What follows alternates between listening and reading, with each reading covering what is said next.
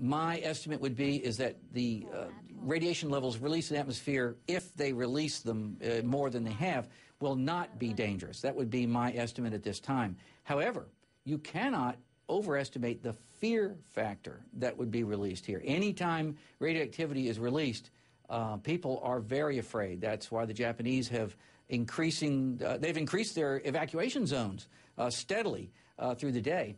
And it's largely due to fear.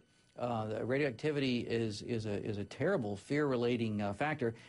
But I believe that it's not likely that they're going to see health hazard creating levels of radioactivity, not with what we know right now. Let me see if I can understand completely what you've described as going on. When the earthquake happened, the nuclear reactors shut down and the nuclear rods dropped into a core and fission stopped, but heat continued to be radiated inside the containment area. Is that right? And yes, that's a good description. And the problem is that electricity is not running the coolant system and reducing that heat inside the containment area. Am I correct?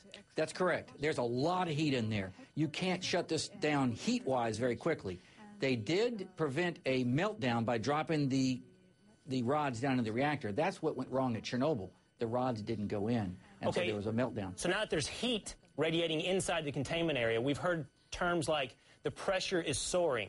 Is this why we begin to see steam, this radiated steam, let out of the containment center? Yes, that is what they would do. Of course, I'm not there. I'm not watching their control panels, but that would be the procedures they would use. Once it built up inside the containment dome, they've got to let it out somewhere. And the reality is that the levels that they've let out now, even though it sounds like a lot, 1,000 times is one report. I'm not sure if that's accurate, but even if it was 1,000 times background, it still wouldn't reach health-related levels.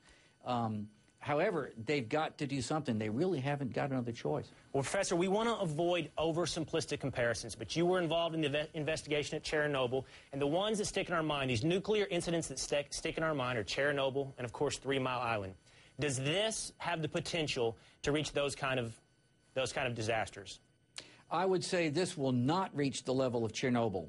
And Chernobyl was a lot of radioactivity. Like I said, 100 times Hiroshima and Nagasaki combined.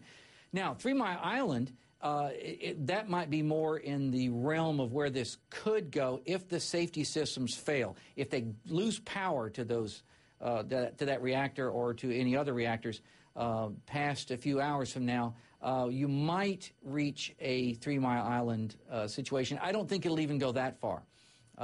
However, any release of radioactivity into the atmosphere creates a lot of fear, and that will affect the Japanese economically, socially. It'll affect them for some time. Well, hopefully,